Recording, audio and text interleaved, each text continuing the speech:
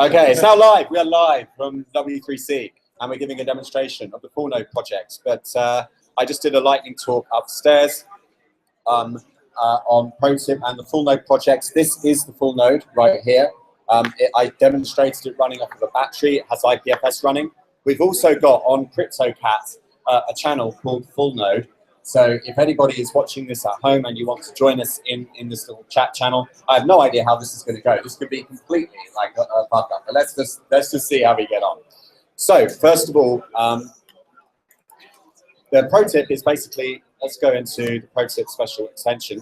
Here it is. So if I go to XKCD, my favorite websites on the web, you'll notice in the top right hand corner here, a little green button lights up. Okay, this is the pro tip extension. It's a lightweight Bitcoin wallet in your browser. It automatically detects Bitcoin addresses on web pages, and it tallies up how much you like the web page based on the time and interaction that you spend on that web page. So at the moment, it just looks for Bitcoin addresses just loose on the page like this. It could be buried deep inside of the footer, and it could still find it. It could also be inside of the header. It could be inside of a spam tag. It could be inside of an alt tag, inside of an image.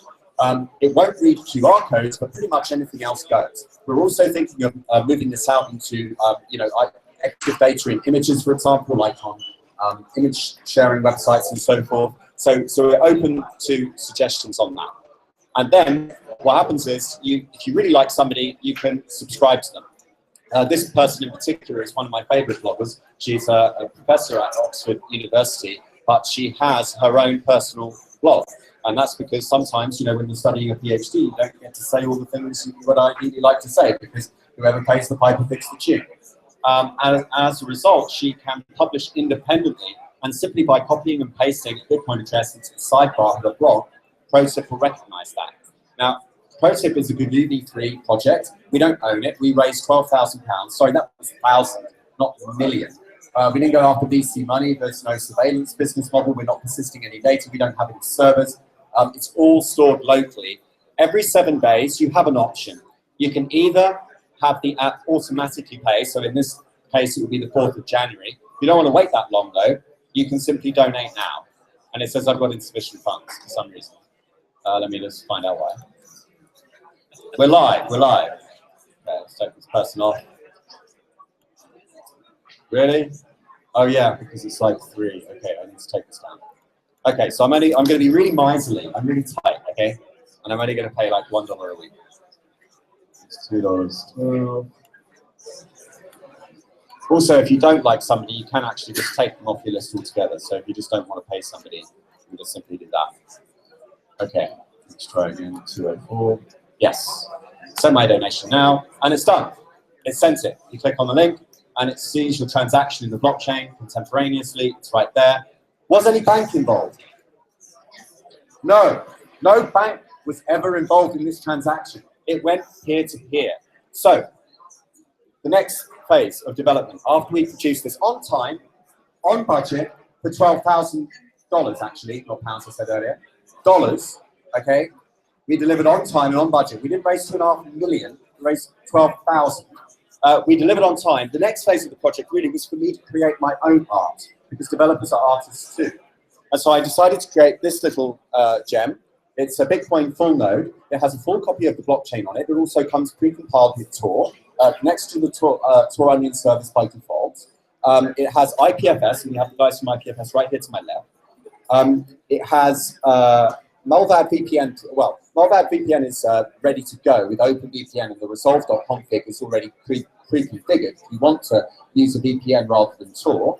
And it has GNU PG if you want to use PGP. It has CryptoCat, which we're going to use to communicate to a journalist, colleague of ours at the World Crypto Network live in India right now, to show how somebody in a country anywhere in the world can start earning money, be discovered as an artist, and start publishing and speaking their mind freely without the fear of censorship. Okay, so this is live. Some stuff could go wrong. Would somebody mind holding the mic for me whilst I set it up? I get a volunteer. Thank you very much.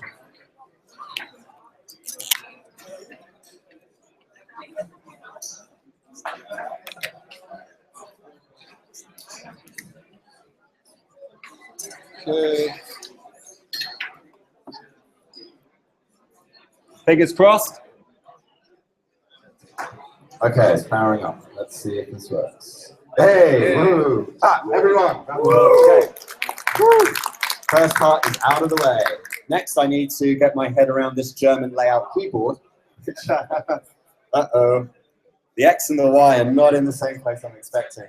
And guess what the password has in it? Oh, Y. Okay, let's try this. All right, so when I made this live on air on the World Crypto Network, okay? So I laid, all the documentation is there in raw format. I do not own this. It's a CC0 project, which means you can just get the documentation off of my Git repo. My name is Mr. Chris J on GitHub. And just look for the Fullnode project. Also, I'm at Mr. Chrysalis on Twitter, and I tweet about this thing like the whole fucking time. So you won't have any problem finding it. I changed as little as possible in the Debian Wheezy package manager because there is a ton of documentation on the internet already on how to troubleshoot Debian Wheezy. I wanted to make this as easy as possible for a new category of user. So here we go. Does it work? Does it work? Does it work? Come on, come on, come on. Oh, okay. You type C. I know I did, but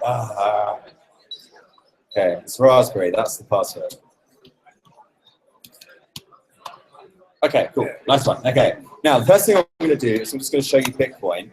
So I just type in bit and I type tab. For those of you who are non-technical, aren't familiar with command line.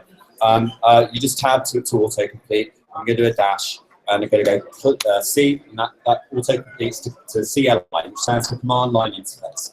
I'm then going to type in the command get info just to see where we are. And it says it's loading the block index. It says it's an error. It's not an error. It's just giving us an indication as to what it's doing. And at certain intervals, I'm going to just hit the up arrow, and I'm just going to check to see what it's doing. So whilst it's loading the blockchain, you can just have a quick chat about it.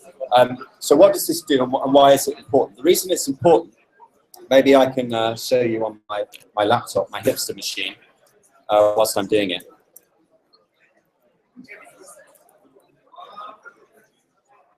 So this was the presentation I gave earlier upstairs, if you were there. The reason this is important is because the blockchain is very heavily centralized at the moment. It's heavily centralized around North America and centralized in Europe, okay? And we need to get the blockchain out into reaches of the world, like Botswana, like Venezuela, like India, like the Koreas, preferably, if we can. And the reason we need to do that is because it reduces the dependency on centralized services such as blockchain info that we become dependent on using their API. If they go out of business or their VCs decide a business model is better served through surveillance, then all of your IP data, all of the log files on the server are persisted for the venture capitalists to take inventory, for them to take possession of all of that information. It's not about whether or not we trust the people at these companies today. It's whether or not we trust the people that inherit these companies and buy them out in a few years to come. It would be better if we did not persist that data at all, and if the data is ever persistent anywhere, that it belongs to the commons. In other words, that it belongs to everyone, not just some private group of individuals who want to sell it on to a highest bidder somewhere else and don't give a fuck about your privacy or your integrity. You can't be who you really are unless you are private. Privacy is the permission that society gives you to discover who you are. Right? If you are being watched all the time, you can't really be yourself. And so this is important. So let's see where we are on the blockchain. Okay, hey, everyone clap. Cheers. No, come on, more. Okay. All right, so we're now connected to the blockchain. We're downloading blocks. I can see that it's been downloading blocks since my presentation because we are now at block height 390,621, which is about another 15 blocks since we last did it. Now, as standard, the full node runs in headless mode to save resources. So if you just want to use this device as a waterfall model, like plug and play, like you just take it off of Chris and that's fine, you plug it in, it will just work out of the box. But if you want to get more hands on, and I would prefer it if you did, then you need to, you can also interface obviously with the command line, but if you're not that advanced, you can simply do the command startx, which then boots you up into the nice GUI that Raspbian comes with. So basically a Debian variant. It's a little bit slow because it's downloading the blockchain at the same time. Okay, we're connected to the Wi-Fi here. You can run this Raspberry Pi, by the way, off a battery. It runs off of these e-cigarette batteries, you know the ones you can get. They're not very expensive, about 10 euros. So you can actually have it on your belt, going around distributing the blockchain, maybe pinning some IPFS files so that you can be distributing those as well. That would be a good idea, right? Anywhere you are in the world. Okay, So as well as all the cool stuff I mentioned, we've also got for you a real treat with Iceweasel. Iceweasel is Firefox. It's Mozilla's ARM version of Firefox. Again, a little bit slow because we're running the blockchain in the background to see 99% CPU usage. And then we can use a lovely, it's going to load up my previous session. Okay, great. CryptoCat is loading up. Okay, so CryptoCat, who knows about CryptoCat? Okay, good. It's not peer-to-peer, unfortunately, but it's the best we've got so far in terms of latency and reliability and so forth. It was the best I could do. Okay, so we're going to join a room called Fullnode. That was what it was called, right? Fullnode. I published this on the web, and I can click connect. This is RSA, so it's a little bit slow on the ARM processor because our RSA is not so good.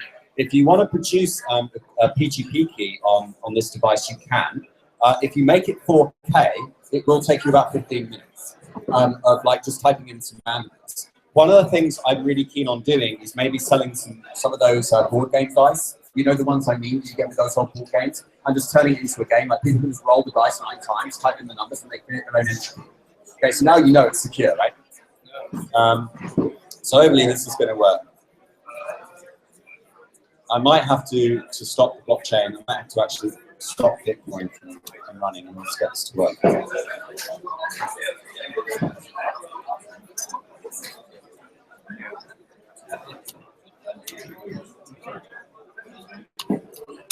Okay, so I'm just going to tell the Bitcoin command interface to stop. Bitcoin says stopping, and that should speed things up. As you can see, we're 100% CPU. As standard, the Raspberry Pi is not overclocked. It does have a cooling fan in it, but you can overclock it yourself if you want to, if you want to get a bit more faster speed. Okay, so that isn't working. But luckily, I came up with a backup plan, because I have it right here, so I can still communicate. Come on. Oh, oh, oh. Yes, we're in. Everyone, round of applause. Okay, so now I can say hello. Oh, I do know another German word. And here you can see Sam, and Sam is in Delhi at the moment. He's in India, and he's also using IPFS. So if I go over to the Pi and I go IPFS init, which is initialization. I'm not sure if I did this already before. Oh, I didn't already do it before? Okay, then that's fine. So I go IPFS daemon.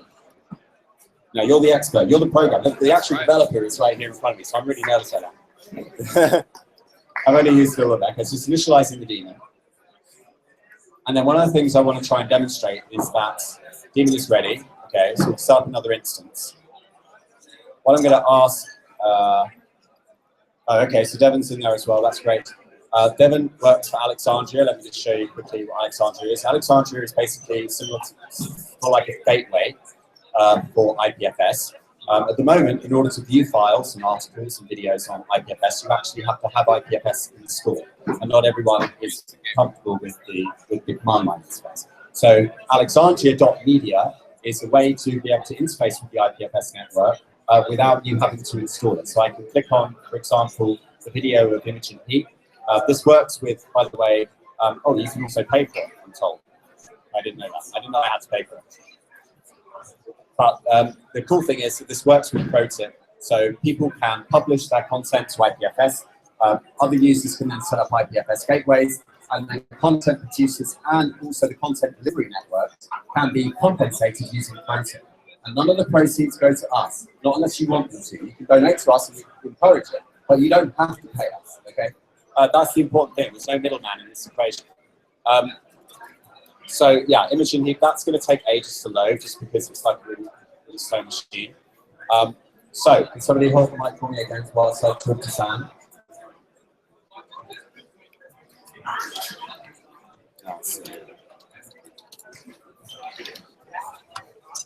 Just going to turn the camera around. Where is Chris? I'm here. I'm already on the live stream. I'm already on the live stream, Sam. I'm already here. Say hi. Hi, hi.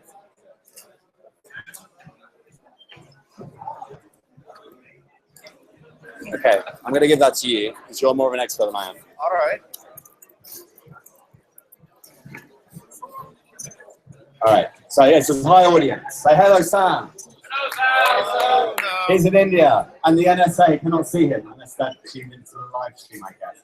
But ordinarily, if they weren't the live stream, they would not be able to interfere with our communications. No one would be able to. Okay, so what I need now is I need the hashes. He's on a 30-second. If he's watching this on the video, he's going to get a 30-second delay. So let me tell him that.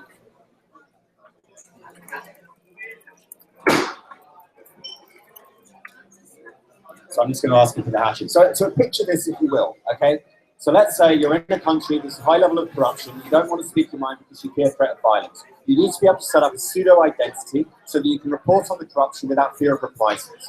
So what you can do is you can get one of these full nodes pledged. I'm an activist, I'm raising the money for these people, and I can send one of these in parts, if I have to, with Veracrypt hidden volumes, if I have to, piece by piece, to these people in these countries, so they can set them up locally, so they can receive and send encrypted communications and publish articles that are critical of oppressive regimes in these nations without any way of knowing who they are. They can set up a pseudo-identity.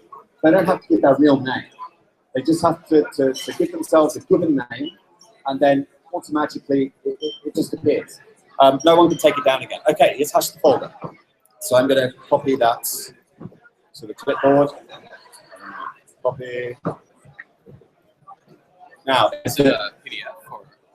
I actually don't know. Let me ask him.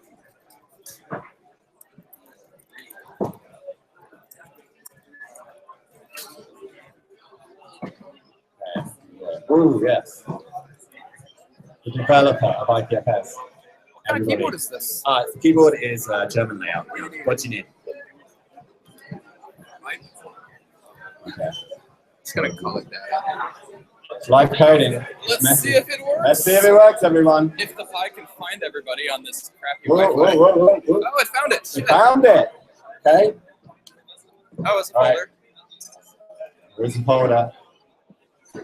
So there we go. Okay, so now open up one of those files. Oh, he's got one of Snowden. Let's load up the one of Snowden. Here. Let me point the camera this way. So you can also the picture of Snowden. Where's colon? Is that colon? Yeah, that's colon. Yeah. I don't know that the web UI is always. It ought to work. Let's have a look. Like that. We're using 16% CPU at the moment. Okay. Do you want me to lift up the browser? One sec. I got it. Oh, yeah. All right. So what do we want? Okay. So Snowden. Let's look at Snowden. Let's look at Snowden. Okay. Wait. Okay. It's come all the way from India. Oh, come on. Tough crowd. All right, go back. Let's look at something else. Oh, we're going viral. People are coming over. I can tell which stay out he's using. Okay, click on share template night. Let's take a look at this. So this is a picture that is local to Salnitra. Picture, if you will, this was some kind of incriminating evidence against some kind of oppressive regime. I couldn't find anyone off the top of my head ready for this presentation. I did put a call out, but no one was stepping forward. But just so you know, we're ready to go. If anybody wants to just tell the truth and tell it early and tell it to the people that need to hear it, you've got the tool right here to do it. Okay, next one. Okay, so this is basically the town where Sam lives, and he is sharing it on a distributed peer-to-peer network. And a PDF. A PDF. If the Raspberry Pi can render it. Yeah, it can. Raspberry Pi can render a PDF. There you go. So this is so imagine this is like some really critical article of some imagine this in North Korea. Like, wouldn't that be cool? Everyone's gone quiet. I don't want to get shot. It's scary. That's a scary place. I think the FBI just turned up. Can you maybe sum up for us Yeah. more what happened here? Because I think a lot of people also don't know what is IPFS. Yeah, but they should. And if they don't, then frankly, do you not know how to use DuckDuckGo? Is that too difficult for you? Just go to duckduckgo.com, type in IPFS. They've got a super easy instruction. In fact, okay, let's hold people's hands. Let's go to the webpage here. Okay, yeah, go for it. I mean, hey, David, you want to give a quick? You want to explain real quick what we've got? Go ahead. Okay, so this is IPFS. Just what happened. Right. Okay. So the question is, I think you understand that this helps to distribute knowledge even in some places where it can't be blocked from anyone. But I think a lot of people would be interested to actually understand what the technical part of background is. What has actually happened there? We saw FreeCAD, we saw IPFS. Maybe you can explain a little bit more detail. Like I can or Yeah. All right. So I'm Why Are You Sleeping? Is this working? More places. Yeah. Yeah. Okay. Hear me. Cool. I'm Why Are You Sleeping? I'm one of the devs of IPFS. And so what has happened here is the reporter in India right now has added a file in IPFS on his computer, and he gives the hash to us, and what happens is the hash cryptographically verifies that that file is what we think it is. Okay, sorry, the headphone is really close. Wow. Yeah. So the hash cryptographically verifies that what we get is what he's sending us. And that way, there's no tampering with the data from him to us. It's guaranteed to be what we expect it to be. We can guarantee that the hash is, the value he's sending us because we're using CryptoCat. And that is, we trust CryptoCat to send us that. So he adds it on his computer and sends us the hash. We request the hash here. You can see this is localhost 8080, which means this is running on the Raspberry Pi, not on a website anywhere else, not on some server somewhere. This is running on that Raspberry Pi.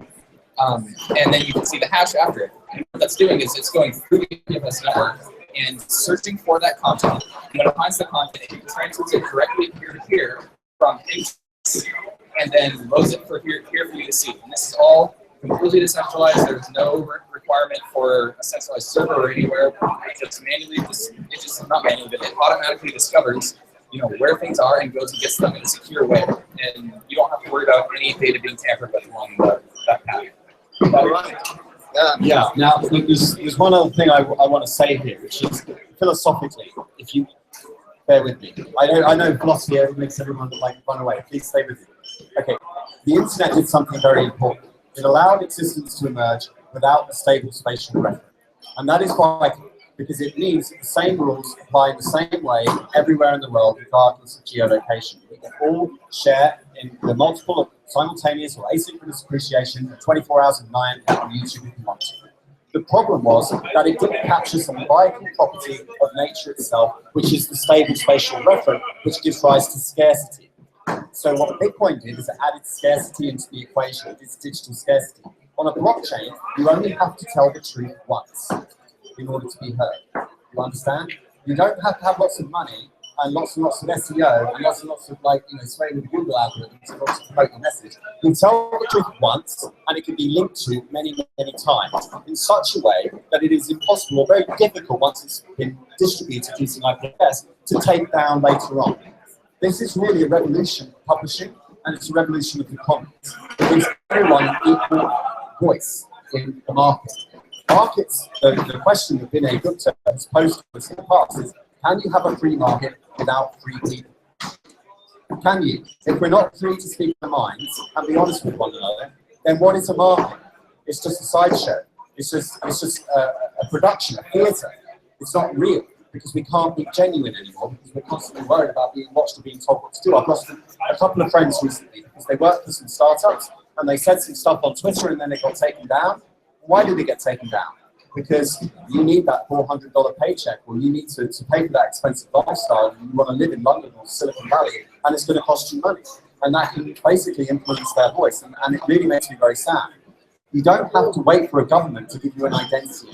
You can assert your own identity now, okay? In a manner that is robust, in a way that is persistent and distributed across the world. So I'm going to now, does anybody have any other questions about the Pi before I disconnect? Yeah, one more question. So I understand that the hash is saved somehow in blockchain. Is that correct?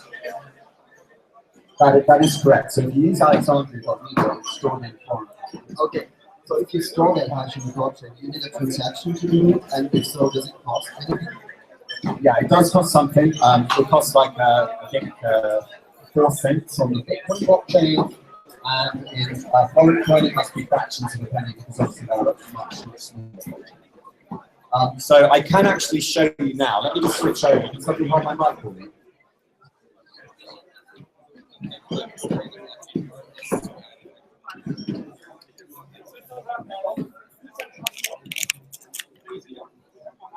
Okay, so what I'm going to try and do now let's give that a second to update, is I'm going to show you an example I found last night. Now, I did not have enough time because I was so busy with other things. I did not have time to do this myself. I could have done it. But this is an example of the Bitcoin D create raw transaction command. So you saw we did earlier, we did Bitcoin command line interface, get info. Plus, it's a very basic command. This tells you the state. This tells you how many blocks it's downloaded, and it tells you how many blocks it's due to download in the future. And that's very well, and that's very good. Yes, it allows, people like Anna Kanani here, who we saw in the presentation upstairs if you were there. This is Anna Kanani. She's in Botswana. She is a Southern African representative there. She is due 2 full nodes that I will send out when I get back to England in a couple of days. She's going to get 2 full nodes, and we're going to raise her some money that the Bitcoin Foundation never did. We're going to raise her some money to help her have a persistent internet connection and a place where she can teach people to build their own tools, on top of the blockchain, okay? So they can build their own APIs. Because the problem is that when you go to countries like this and you say, here, have this ready-made a la carte, like, the Gates Foundation, whatever, use the slate, give us your real name, give us your IP address. This is basically neo-colonialism. We haven't changed anything. We're just maintaining the status quo. What you do is you go to another culture and you say, well, look, this is the discovery our culture made. What do you make of it? Here's what we've got. What do you bring to the equation? Maybe this isn't finished yet, and maybe there's something we can learn from you. Instead of going to them and forcing onto them first names, last names, street addresses. I mean, there's a Silicon Valley company right now that is funding in Ghana these Google bot camera things that go around streets taking pictures for street view. And do you know why they're doing that? It's so they can tax people. It's so they can find you. What governments want is fixity. Politicians turn up to take care of their own interests, to keep an eye on their interests, to maintain the status quo. They're not there to innovate. They're there to do the opposite. So what we're trying to do is we're trying to enable people to have financial independence and a free voice. And with this full node for £100 of equipment and $3 an hour of my time, I'm charging the equivalent of a Foxconn factory worker with my Steve Jobs uniform live on air. You can watch me on the World Crypto Network next year when I resume around the 6th of January. I will make these nodes whatever cost to my health, whatever cost to my financial services, because I believe in this. And I'm just sick and tired of people selling out and going getting jobs at these startups. So I want to show you what can be really, really powerful when you put these two together. They have got everything they need on this pie to show you what I'm about to show you. So this is on Stack Exchange. Actually, for the viewers at home, let me just do a share screen as a courtesy so that they can see what I'm talking about. Okay. So this is on Stack Exchange. I can post the link up later on my Twitter to show you all. And this is just somebody that asked a question like, how can I use the Operaterm, right? How do I put metadata into the blockchain? The Bitcoin blockchain at the present has 588 petahashes of computing power ongoing. It is orders of magnitude the most powerful computing network the world has ever seen. You're not taking this thing down. Like, really, you're not taking this thing down. So when you put metadata like this into the blockchain, what you're able to do is you're able to persist that data forever. So if I take the transaction ID, so you can see the command here, Bitcoin D, well, this is an old post, so we did with Bitcoin Q now, get raw transaction. I can just copy the transaction ID, go to one of the centralized services like blockchain.info. No disrespect to blockchain, by the way. I think they're really nice guys, but as I say, we can't trust nice guys. Like we don't, because what are the next owners are going to do? And we scroll to the bottom, what we notice is, look, we've got the same data here that we saw in the command here. So this is basically hexadecimal. And if I copy that hexadecimal and I go to, whoops, okay, I cheated, I did it earlier, sooner than I wanted to. Okay, pretend you didn't see that. And I paste the hexadecimal into here, you'll see that it converts into plain text. And this is because it's basically an ASCII to the reason you can't do this in plain text is because obviously you can't type plain text into the Bitcoin JSON RPC. You have to put it in hexadecimal. But you can use a simple tool. You don't have to do it through the browser. You can probably install something on the Raspberry Pi. You can just convert the hexadecimal, convert your plain text. Maybe it could be the IPFS hash into hexadecimal. You use the create, you use Bitcoin-CLI, create raw transaction, and then you you input this JSON here, and you send it. You don't have to do it from the device. You can do it from another computer on the same network. You can actually, let me see if I can, I don't know that it'll let me do it because of the,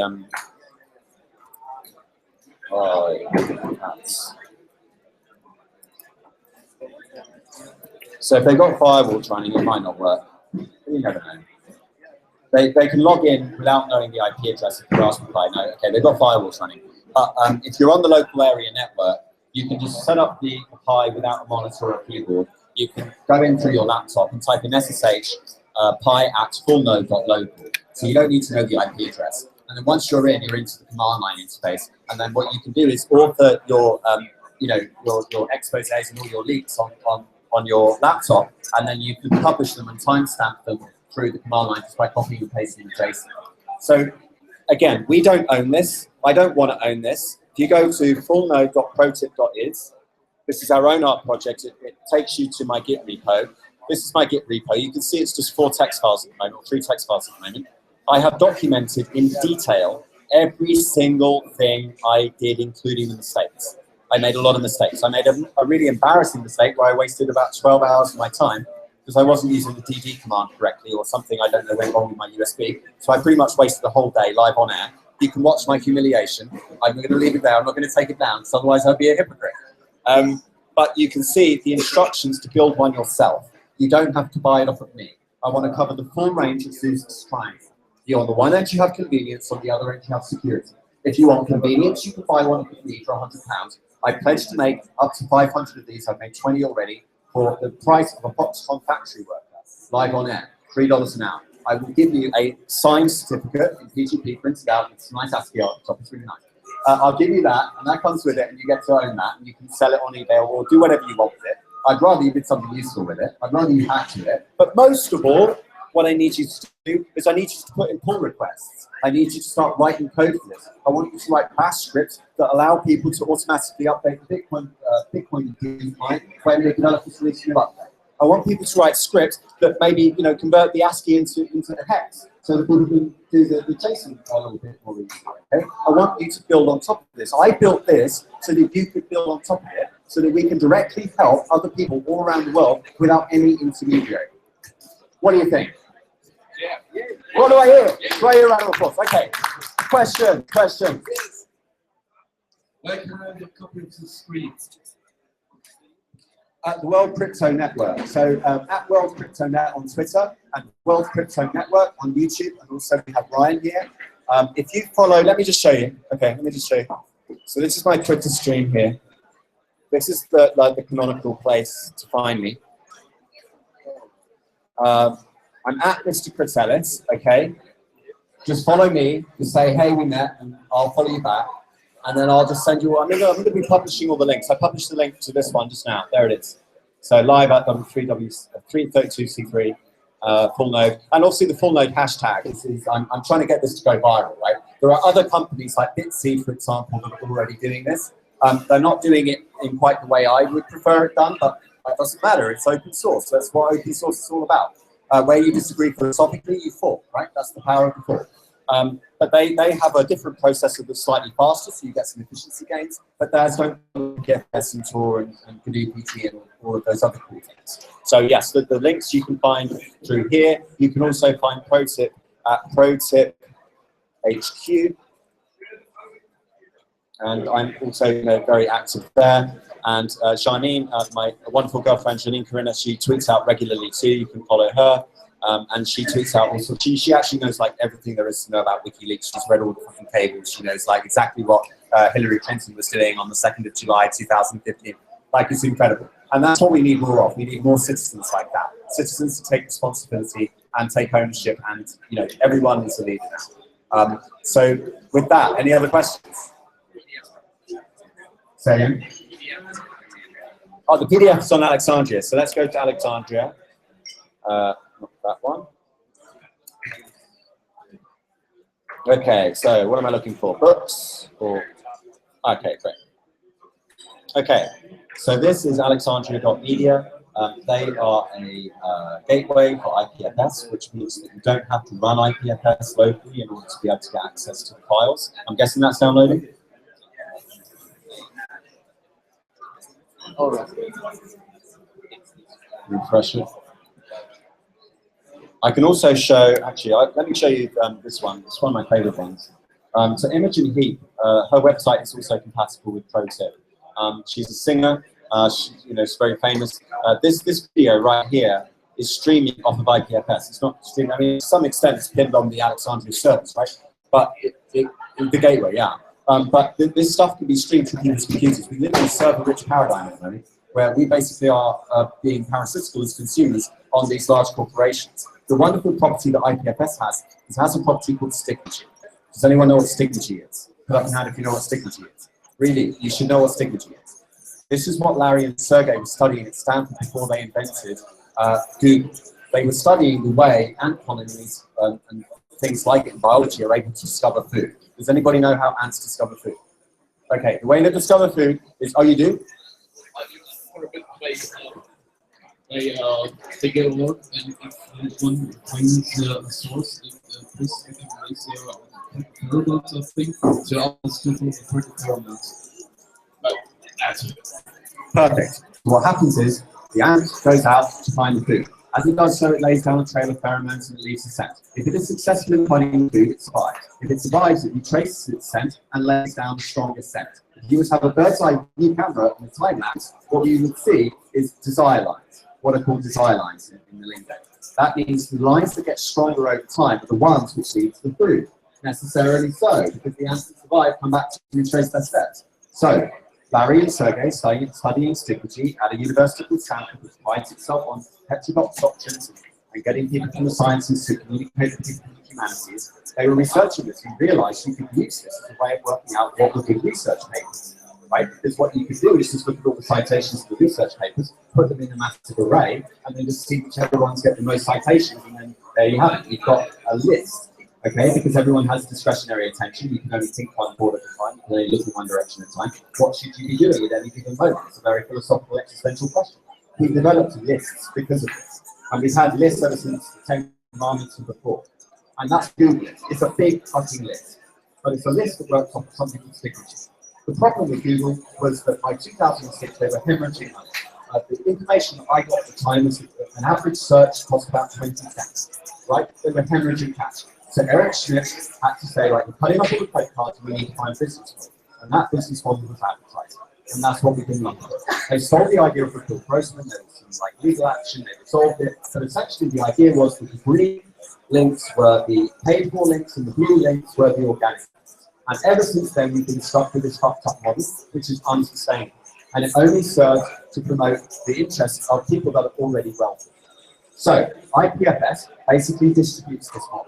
It says if you like some content that you found on IPFS, you can pin it. Pin it is the verb. It's a bit like this. Okay? And when you pin it, you become a host to that file.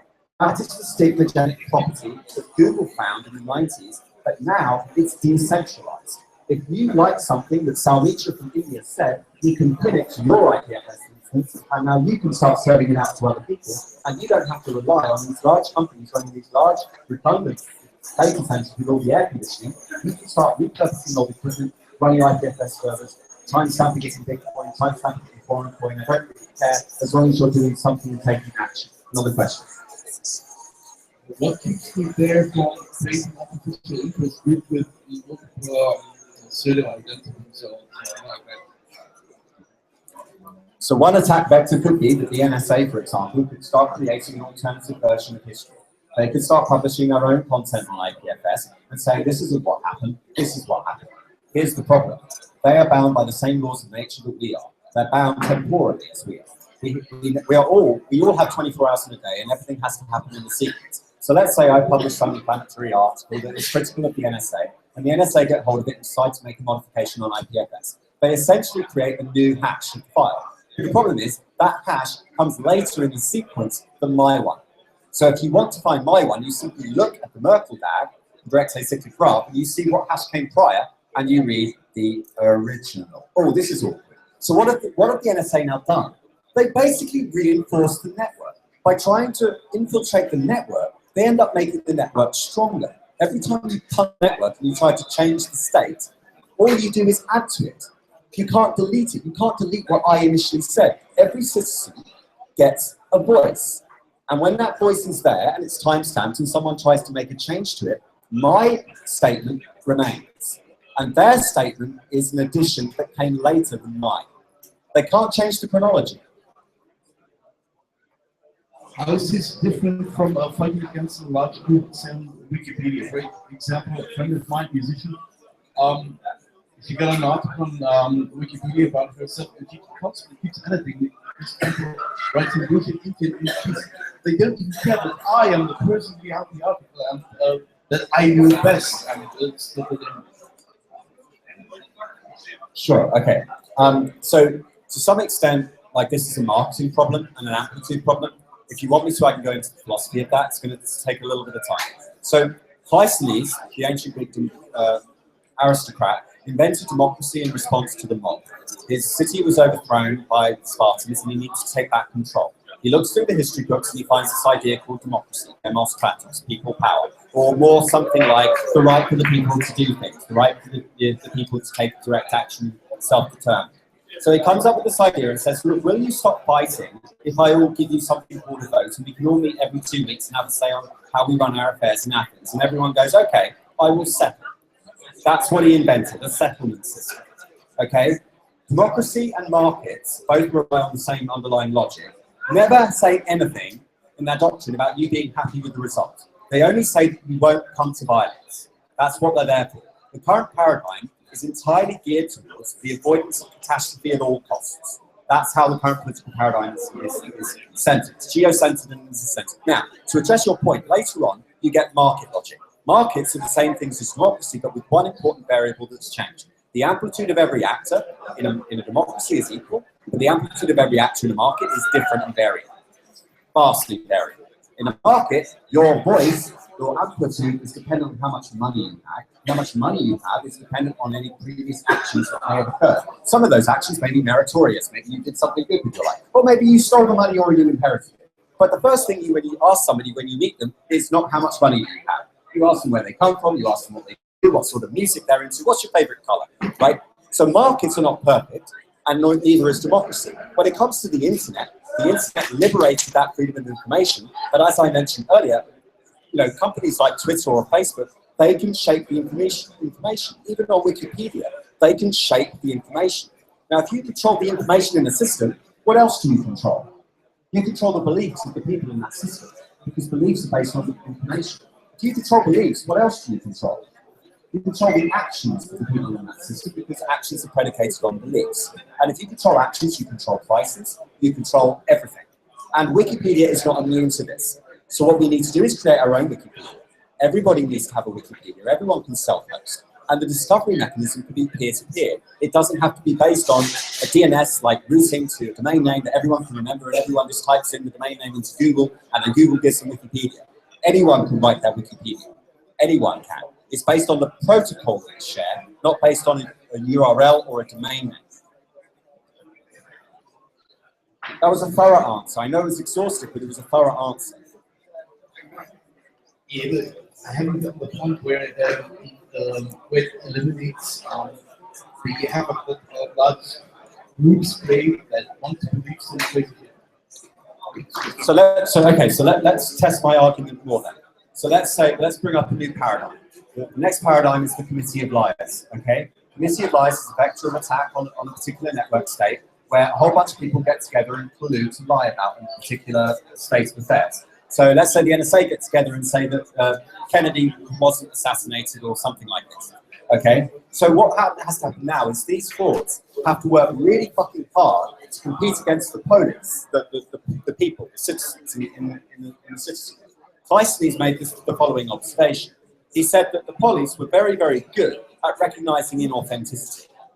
Right, so when they hear a lie, the wisdom of the crowd will know you're bullshitting. If you went up on the Hill of Sticks and you made a false claim on the stage, a bit like X Factor. Imagine X Factor, ancient Greece, okay?